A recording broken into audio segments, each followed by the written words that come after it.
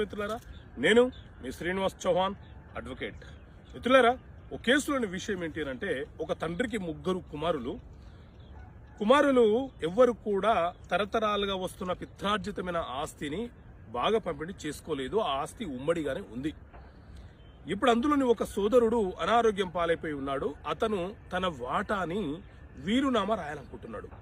అన్నదమ్ములు బాగా పంపిణీ చేసుకోకుండా తమకొచ్చే వాటా వీలునామా రాయడానికి అవకాశం ఉంటుందా అంటే, మిత్రులారా, వీలునామా అంటే ఎవరైనా ఒక వ్యక్తి తాను సంపాదించిన ఆస్తి తన పేరు మీద ఉంటే అతను తన తదనంతరం ఎవరికి చెందాలో రాసే పత్రాన్ని వీలునామా అని అంటారు. హిందువులు కష్టార్జితమైన ఆస్తిని ఎవరికైనా వీలునామా రాయవచ్చు. అదే పిత్రార్జితమైనటువంటి ఆస్తి వీలునామా రాయడానికి లేదు. అదే ముస్లింలు, క్రిస్టియన్లు పిత్రార్జితమైనటువంటి ఆస్తి అయినా కష్టార్జితమైనటువంటి ఆస్తి అయినా ఎవరికైనా వీలునామా రాసే హక్కుని